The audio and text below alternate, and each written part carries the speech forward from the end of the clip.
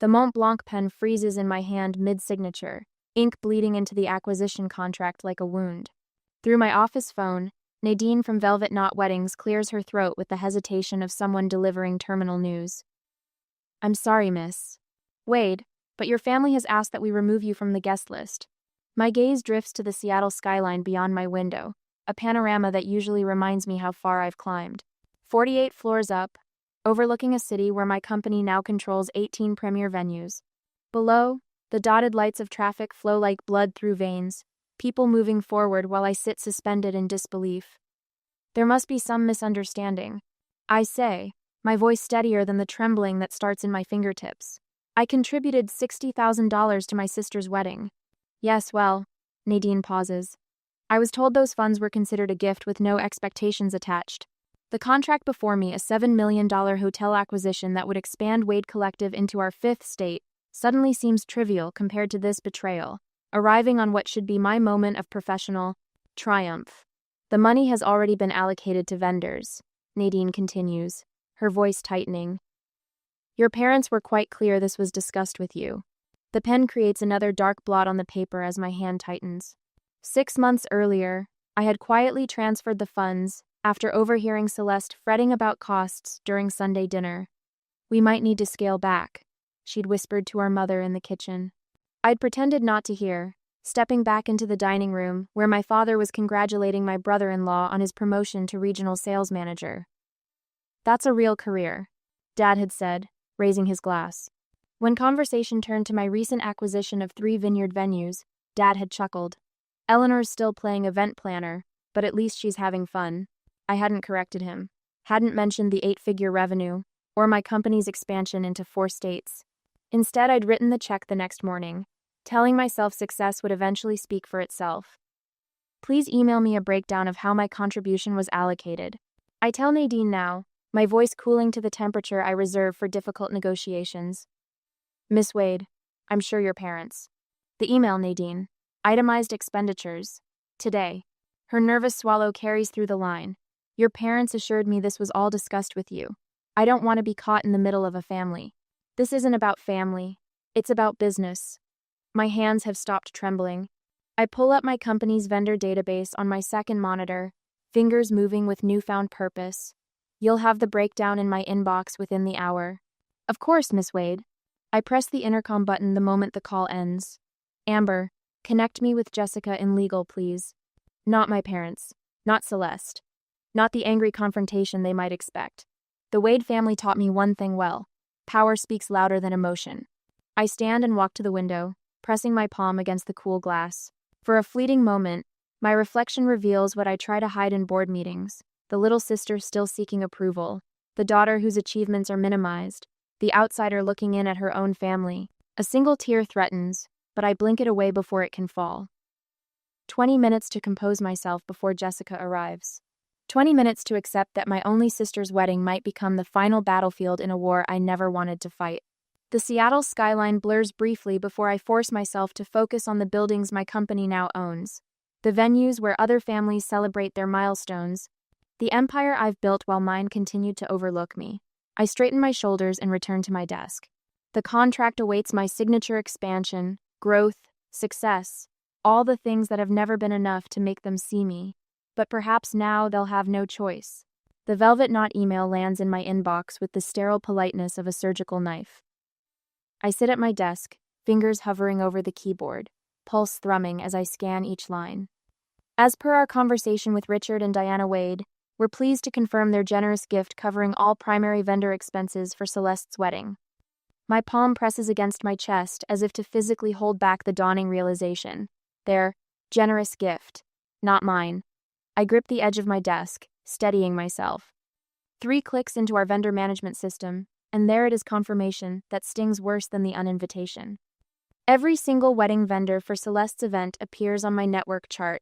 Florence Floral, Westlake Catering, Taylor Photography, all subsidiaries or partner companies to Wade Collective. My phone buzzes with a notification. I tap the screen to find a group text between my parents, Celeste, and her fiancé discussing wedding details from 3 weeks ago. A thread I was never part of despite funding the entire event. Evidence not of oversight but deliberate exclusion. I've arranged for the ice sculpture delivery at 4 p.m., my mother wrote. My father's response: the Wade family knows how to celebrate properly. Indeed we do. 30 minutes later, Jessica and Martin file into my executive conference room, faces professionally neutral as they take their seats. I stand at the head of the table, spine straight as the legal contracts projected on the wall behind me. The contracts are ironclad, Jessica says, her voice precise as she adjusts her glasses. All vendors may withdraw services with 21 days' notice. No penalties. Martin clears his throat. There's something else you should know. He slides a folder across the polished table. Velvet Knot Weddings became a Wade Collective acquisition last month. The paperwork was finalized yesterday. And the venue? I ask, though I already know the answer. Willow Creek Estate is registered under Pinnacle Holdings, Martin continues, which is one of our subsidiaries. I complete his sentence, a cold clarity washing over me. The pinnacle of irony. My family chose to celebrate at a venue I own without bothering to realize it. Jessica's eyes narrow with concern. Eleanor, I should point out the potential repercussions if we move forward. Your family has legal recourse. Against me? Their uninvited daughter? The laugh that escapes my lips sounds foreign even to my ears. Please outline what exactly my family stands to lose. Martin taps his tablet and a new spreadsheet appears on the wall. Venue, catering, florals, photography, videography, coordination services. He lists methodically. All deposits would be forfeited according to contractual terms. And the timeline? 20 days until the wedding, Jessica confirms. If we begin the withdrawal process today, they'll have essentially no time to secure replacement vendors. Not at this level of service. I think of Celeste's excitement when she found the cascading wisteria at Willow Creek, her teary phone call about the perfect rose gold sunset for photos. Dreams I helped fulfill while being systematically erased from the celebration. Martin shifts uncomfortably. There's a business consideration as well. This could affect our Portland expansion if it becomes public. Venue magnate sabotages sister's wedding isn't the press we want ahead of city council approvals. I turn to the window, Seattle sprawling below me. The empire I've built piece by piece while my family continued to see the little girl playing dress-up. My reflection stares back, composed and certain. Begin coordinated service withdrawals, I say, my voice steady. Effective immediately. Jessica and Martin exchange glances but nod. They know me well enough to recognize when a decision is final. My office phone rings the moment they leave. Nadine from Velvet Knot, her earlier professional composure fractured by panic. Miss Wade, there must be some mistake. All the vendors are sending termination notices. No mistake, I interrupt. The contracts are being exercised according to their terms. But your sister's wedding requires my presence, apparently, just not my money. I end the call, sinking into my chair. As vendors begin sending cancellation notices to my family, I wonder if business success was truly worth the price of family connection. Should I stand firm on principle and let them face the consequences of their actions, or find a way to salvage both the wedding and my dignity? What would you do when those who should value you most continually fail to see your worth? The answer waits in the gathering storm of my family's impending realization. They've never truly seen me. Perhaps now they'll have no choice. The next morning at the office, my phone vibrates against my desk for the 7th time in 2 hours. Dad's name flashes on the screen again, his 5th call since breakfast. I let it ring until voicemail claims it, then press the speaker button to hear his message. Eleanor, this has gone far enough. His voice quivers with barely contained rage. If these vendors don't reinstate their services by noon tomorrow, I'm contacting my attorney. You might think you're being clever, but this is criminal interference with contracts. I almost laugh at the irony he'd be suing his own daughter's company. The sound dies in my throat as another call comes through. Mom this time. Sweetheart? She begins, her voice honeyed with false concern. How could you ruin your sister's special day? What kind of person does that to family? We raised you better than this. I end the message midway through her guilt trip and stare at the Seattle skyline. The morning fog has lifted, revealing a clarity I wish I felt inside. My assistant, Amber, appears in the doorway with a stack of pink message slips. 3 calls from the Hendersons, they're friends of your parents? And Mr. Blackwell from the Downtown Business Association wants to know if there's any truth to the rumors about vendor troubles with the Wade wedding. They've been busy, I murmur, accepting the messages. There's more. Amber hands me the Morning Society page from the Seattle Times, folded to highlight a small item. Sources report a mysterious vendor exodus from the upcoming Wade-Pembroke nuptials, leaving Seattle society wondering what calamity has befallen one of the season's most anticipated celebrations. I set the paper down carefully, as if it might burn my fingertips. I rescheduled your investor meeting for next week. Amber adds, Jessica thought you might need the time to handle this situation. Thank you. Alone again, I cancel 2 more meetings, knowing I can't focus when my phone keeps lighting up with accusations. The morning dissolves into damage control, fielding calls from business associates who've received frantic messages from my parents painting me as vindictive and unstable. Later that evening, I sit cross-legged on my living room floor, laptop balanced on my knees, the lights of the city spread below my penthouse windows like fallen stars. I've ordered takeout that sits untouched beside me as I scroll through an old family video from Celeste's 16th birthday. Eleanor planned everything. Mom says to Aunt Judith in the video, her arm around Celeste, she's always been good at little parties. Little parties. The same year, I coordinated a charity gala for 800 people that raised over $2 million. I pause the video and open my email. There, in black and white, 3 years of correspondence with extended family where my parents have systematically minimized my career. Eleanor's venue business is doing well. Dad wrote to Uncle Robert last Christmas, never mentioning that well meant expanding into a 4th state with revenue approaching 9 figures. My phone pings with a notification. Celeste has posted on Instagram a moody black and white photo of her engagement ring with the caption, "Sometimes the people who should love you the most are the ones who hurt you deepest. Grateful for those who stand by me while selfish people destroy others' happiness for personal gain." The comments are filled with heart emojis and supportive messages asking what happened. She doesn't name me, but doesn't need to. I open a new document and begin typing. Every email, every text, every conversation where I was dismissed or diminished, every dollar spent on Celeste's wedding, every vendor contract, every thread of evidence forms a timeline of a pattern I've allowed for too long. The next morning, Amber walks into my office carrying a brown paper bag that releases the aroma of cinnamon and butter when she sets it on my desk. "Your favorite from Meredith's Bakery," she says, pulling out a warm morning bun. "You look like you haven't slept." "I haven't," I admit, accepting the offering with grateful hands. Amber leans against my desk, her expression softening. For what it's worth, I'd have uninvited them from my wedding years ago. The unexpected comment catches me mid-bite, and I nearly choke on a laugh, the first genuine one in days. Amber joins in, and for a brief moment, the weight lifts from my shoulders. The lightness disappears 30 minutes later when my father's voice booms from the reception area. My family has arrived unannounced, their voices carrying down the hallway as Amber tries unsuccessfully to enforce my closed-door policy. She can't hide from us forever. Dad declares, his footsteps growing louder. My office door swings open. Dad strides in first, followed by Mom and a stony-faced Celeste. Through the floor-to-ceiling windows behind me, the afternoon sun illuminates the tableau of family dysfunction. "What do you think you're doing?" Dad demands, his face flushed with indignation. I lean back in my chair, hands folded calmly on my desk.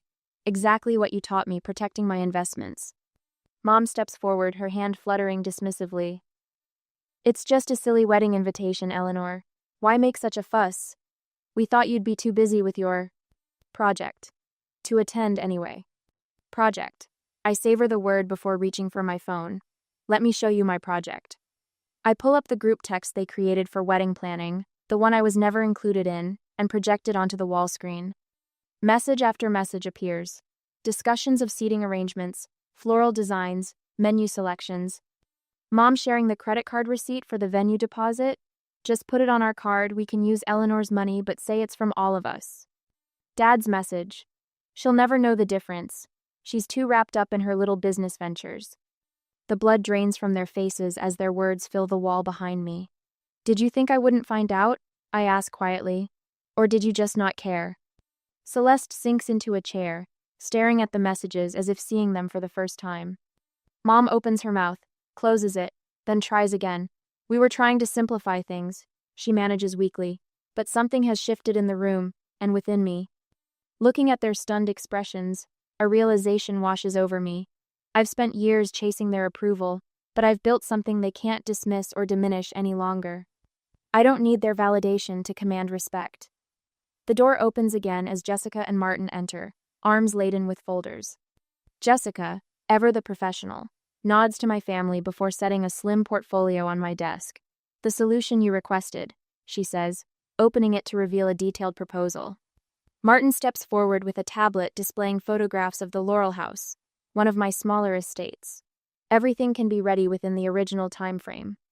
We've confirmed availability with all replacement vendors. Dad watches this exchange, his expression morphing from anger to confusion. You have a team, he says, as if noticing for the first time that I've built more than just a hobby. A remarkable one. I agree, standing taller now. They've prepared an alternative that salvages the wedding while protecting my dignity, something you never bothered to consider. My executive team presents the solution with precision and confidence, offering what my family has only taken, solutions instead of demands, respect instead of dismissal. In their presence, I feel my voice strengthen, my spine straighten. When they finish, I open my desk drawer and withdraw a folder embossed with the Wade Collective logo, a portfolio I prepared through the night, outlining my terms. The Laurel House. 1 day only. Basic services included. I slide the folder across the desk. My alternative offer. As my family stares at the document before them, I get the text message. I glance at the sender ID, Celeste. I look up at my sister standing across from me, phone in hand, her eyes meeting mine with an intensity I haven't seen since we were children. I need to speak with you, the message says, alone. I nod at her and she leaves the office with my parents. 2 days later, the wind whips across Crescent Bay Lodge's outdoor terrace, carrying salt and victory on its breath. I've chosen this cliffside venue deliberately my crown jewel property, with its panoramic ocean views and understated luxury that commands 7 figures annually. The perfect backdrop for precision warfare. Celeste arrives 15 minutes early, her sedan pulling into the circular drive where Martin waits to escort her. Through the floor-to-ceiling windows, I watch my sister's expression shift from confusion to awe as she takes in the sweeping architecture, the way the building seems to emerge organically from the cliffside like it grew there rather than being constructed. Eleanor. Celeste steps onto the terrace, silk scarf fluttering around her throat. Her eyes widen, taking in the infinity pool that appears to spill directly into the Pacific. This is... yours? Welcome to Crescent Bay. I gesture to the leather portfolio on the glass table. Please sit, too. The ocean crashes rhythmically below us, providing a soundtrack to what must be done. I open the portfolio without preamble, presenting the first document. This is the confirmation from Velvet Knot removing me from your guest list. I slide it across the table, followed by a bank statement. This shows my $60,000 contribution, which according to Nadine, was represented as a gift with no expectations. Celeste's fingers tremble slightly as she reviews each page. I continue methodically, laying out vendor contracts, cancellation notices, and the email thread with Nadine. Each of these vendors has withdrawn services as of yesterday. The venue is no longer available. Catering, flowers, photography, all canceled. My voice remains steady, factual. Color drains from Celeste's face as comprehension dawns. Mom and Dad said you were too busy to come, that you had meetings in Portland that weekend. I own the venue, Celeste. I own most of the vendors. Did you really think I wouldn't discover I'd been uninvited from a wedding I largely funded? Understanding breaks across her features like a wave. How much of this wedding industry do you actually control? Before I can answer, the terrace door bangs open. My parents storm through, father's face flushed above his golf shirt. What do you think you're doing? He strides toward us, mother following in his wake. Celeste, we've been calling you for hours. I'm showing my sister the truth. I rise slowly, reaching for the remote on the table.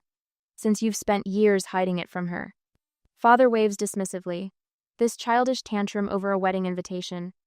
This isn't about an invitation. The wall behind me illuminates as the hidden screen activates. This is about respect. The Wade Collective organizational chart appears 18 premier venues across 5 states, hospitality holdings, vendor networks, and revenue projections. Father's mouth opens, then closes. Eleanor's just playing at business, he attempts, turning to Celeste. Got lucky with a few properties that... 412 employees. I advance the slide. 18 venues, 8 hotels, Annual revenue of 37 million. This isn't luck, Dad. This is what you refuse to see. Mother steps forward. Darling, we always knew you were doing well with your little company, but my little company is worth more than Dad's ever was. The words land like stones in still water. The invitation wasn't the insult. The insult was spending my money while pretending I didn't matter. Celeste stands suddenly. I need you both to leave. Celeste, Mother begins. Now. My sister's voice carries an unfamiliar edge. I need to speak with Eleanor alone. The silence after they exit feels like the eye of a hurricane, temporary, charged with potential energy. Celeste turns to me, tears brightening her eyes. I didn't know any of it. That was the point. I closed the portfolio. They made sure you didn't. The terrace door opens again, but this time it's Jessica and Martin who enter, each carrying leather-bound presentations. Jessica nods professionally at Celeste. Miss Wade, we've prepared the contracts for the Laurel House. She places her portfolio on the table. It's available for your original date. Every Zalich's not cappers. Martin adds his documentation beside hers. We've assembled a complete vendor portfolio ready to execute with 21 days' notice. Everything from your original plan has been replicated, with adjustments for the new location. Celeste watches them with growing comprehension. Miss Wade, she repeats softly, noticing how they address me with deference, not the dismissive tone our parents always used. Thank you, Jessica, Martin. I gesture toward the chairs. Please, walk Celeste through the options. As they outline the new wedding plan with calm efficiency, I notice the shift in my sister's posture, straightening, leaning forward with intent focus. For the first time, she's seeing me not as her overlooked sister, but as the businesswoman our parents never acknowledged. My phone vibrates with incoming calls an hour later. Mother, father, mother again. The tone of their voicemails has shifted from demanding to pleading over the past hours. Their society friends have started asking questions about problems with the wedding. Father's business associates, previously unaware of my success, are expressing surprise at learning about Eleanor Wade's business empire. Is this real? Celeste asks when Jessica finishes, gesturing to the alternative wedding plans. You'd do this after everything? The Laurel House is yours if you want it. Martin will coordinate everything. I meet her eyes directly, but we need to discuss terms. The family meeting is scheduled tomorrow at my headquarters. As Celeste looks at me with new understanding, I wonder, should I simply reinstate the original wedding plans to spare her pain, or stand firm on my terms to finally establish boundaries with my family? Sometimes mercy feels like weakness, but sometimes strength requires forgiveness. The ocean crashes below us, constant and uncompromising. Like the truth. Eleanor, Celeste says finally, I'd like to see the Laurel House.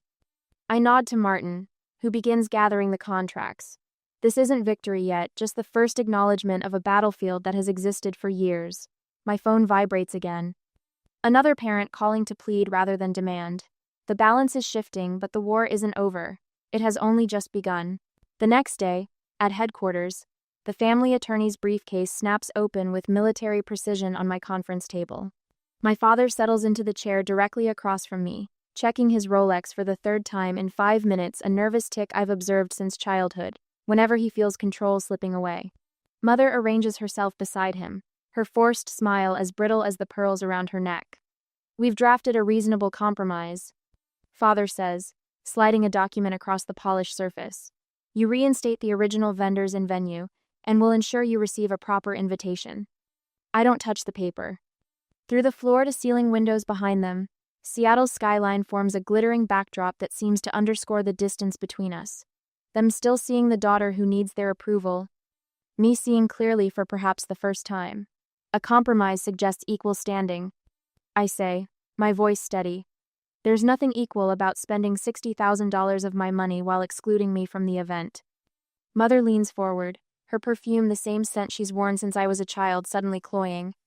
Think about what people will say, Eleanor. The family reputation is apparently worth exactly $60,000, I finish for her, plus tax. My father's jaw tightens. You've made your point with this little business demonstration. Now it's time to be reasonable. The word little hangs between us. The same diminutive he's attached to every achievement I've ever presented. Little business. Little hobby. Little Eleanor, playing at success. I press a button on my phone. Amber, please bring in the portfolio. While we wait, neither parent apologizes. Neither acknowledges the fundamental wrong of their actions. They simply expect compliance, as they always have. My assistant enters with a leather-bound portfolio, placing it before me with the precision of someone who understands exactly what this moment represents. I open it to the first page, a financial statement. Wade Collective grossed $83 million last year. I say, turning the portfolio toward them. That's approximately 7 times what your company ever made in its best year, Dad. His eyes widen, disbelief warring with dawning comprehension. I flip to the next page, a Wall Street Journal profile. I deliberately minimized our family connection in every interview. Not because I was ashamed of you, but because I thought it might hurt your pride to be known as Eleanor Wade's parents rather than the other way around. Another page, property holdings. Another organizational chart. With each turn, their expressions shift from confusion to shock. I don't need your permission to be successful, I say quietly. I need your respect to be family. The conference room door opens. Celeste steps in, her eyes red-rimmed but resolute. Martin stands beside her, his presence a silent confirmation that he's shown her everything, the true extent of my contribution, the systematic dismissal, the empire I've built while they weren't looking. My terms are non-negotiable, I continue, closing the portfolio. The Laurel House, 80 guests maximum, $185,000, paid up front. That's outrageous, Father sputters. That's market rate. I correct him. Actually, it's a family discount. Celeste moves to stand beside me, not them. The shift is small but seismic. I'd like a tour, she says softly, of everything. 30 minutes later, we stand in the main ballroom of my flagship venue. Crystal chandeliers reflect light across marble floors that cost more than my father's first house. Staff members approach with questions, each deferring to me with a respect my family has never witnessed. Miss Wade, the Morrison wedding needs approval on the custom lighting installation. Miss Wade, Chicago called about accelerating the acquisition timeline. Miss Wade, your investment team is waiting in the North Conference Room whenever you're ready. With each interaction, my father grows quieter, his shoulders gradually losing their rigid certainty. Mother wanders toward a display case featuring awards and press clippings, her fingers trailing over glass that protects evidence of a success she never bothered to acknowledge. When we reach my office, Mother notices it immediately, the only personal item in a space otherwise dedicated to business. A family photo from Celeste's graduation, all 4 of us smiling, my arm around my sister's shoulders. You kept this here? She asks, voice uncharacteristically small. Some things matter more than others, I answer simply. Celeste steps forward, taking my hands in hers. I want you to be my maid of honor, she says. Not just a guest, if you'll still consider it. The request catches me off guard, warmth blooming in my chest despite all my careful defenses. I'd be honored, I say, then add the boundary I should have established years ago, but only if it's because you want me there. I always did, she whispers. I just didn't know. About any of this. About what they did. Father stands by the window, looking out at the city, but seeing something else entirely. When he turns, something has shifted in his expression, the beginnings of recognition I've waited decades to receive.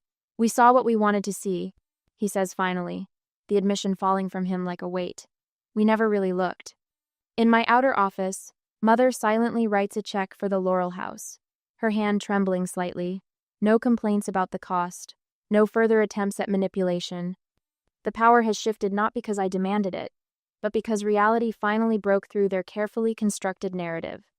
Celeste embraces me, tears streaming down her face. I didn't know, she repeats against my shoulder. I should have known. Over her shoulder, I catch Martin's eye and nod once. Make it perfect, I instruct him. Despite everything. Because that's what family does. Even when it hurts, especially when it hurts, they find a way forward, not by forgetting, but by finally seeing clearly. On the wedding day, the morning sun streams through the Laurel House's glass atrium as I direct my team with hand signals they've learned to read like second nature. White roses cascade from hanging installations, transforming the space into a botanical cathedral. My venue, one of many in my portfolio, has never looked more immaculate. Miss Wade, the champagne delivery is here. my events director says, tablet in hand. Thank you, Colin. Have them use the service entrance and begin immediate chilling. My voice carries the quiet authority I've spent years cultivating. I catch sight of my parents entering the grand foyer, their posture different now, tentative, almost deferential. Dad nods at me from across the room instead of offering the dismissive pat on the shoulder I'd grown accustomed to at family gatherings. Eleanor. Mom approaches, wearing an expression I rarely see directed at me, a mixture of pride tinged with regret. Everything looks absolutely stunning. Mom. Thank you. Let me introduce you to my executive team. I gesture toward the group of professionals who've stood beside me through everything. This is Jessica, my chief legal counsel. Martin, operations director. Colin runs all our Pacific Northwest venues. Mom's eyes widen slightly as each person greets her with the same respectful, Mrs. Wade, and knowing looks that speak volumes about where their loyalties lie. Later, crystal flutes reflect prismatic light across white linen as I rise to deliver my toast. The same family members who once talked over me at Sunday dinners now lean forward, attentive. To Celeste and James, I begin, my voice steady. Family is complicated. Legacy even more so. I pause, meeting my father's gaze. You don't build empires out of spite. You build them with vision, then decide who gets to share the view. Applause ripples through the room. Celeste stands, moving to embrace me, microphone still in hand. Not just my sister, she says, voice thick with emotion, but my inspiration. Her words hang in the air, vindication I'd stopped believing would ever come. After the toasts, Jessica and Martin find me on the terrace overlooking the Sound. The sunset paints the water copper and gold, a perfect backdrop for what feels like my own personal victory. To flawless execution, Martin says, raising his glass, and bulletproof contracts, Jessica adds with a wink. I touch my glass to theirs. You two are more family to me than they've been in years. The admission comes easily now, without the sting it once carried. To boundaries that build bridges, not walls. Months later, Sunday dinner unfolds in my penthouse, floor-to-ceiling windows framing the Seattle skyline I conquered one building at a time. My father leans forward at the dining table I selected for its perfect dimensions. What do you think about expanding into the Southwest? He asks, his tone genuinely curious. With your business model, Arizona could be untapped potential. From the living room, I hear my mother's voice. My daughter, the CEO, she tells her friend, proudly displaying a magazine feature I'm certain she's memorized. My phone buzzes with a text from Celeste. The wedding photos have gone viral, each venue tagged with my company's name. A second message follows. You didn't just fund this wedding, you held it together. I see that now. As I welcome my family into my home on my terms, I wonder if true reconciliation comes from forgiveness or from finally being seen for who you really are. Is it enough that they recognize my success now? Or should genuine family bonds be unconditional from the start? What would you do? Embrace this new relationship or maintain protective boundaries?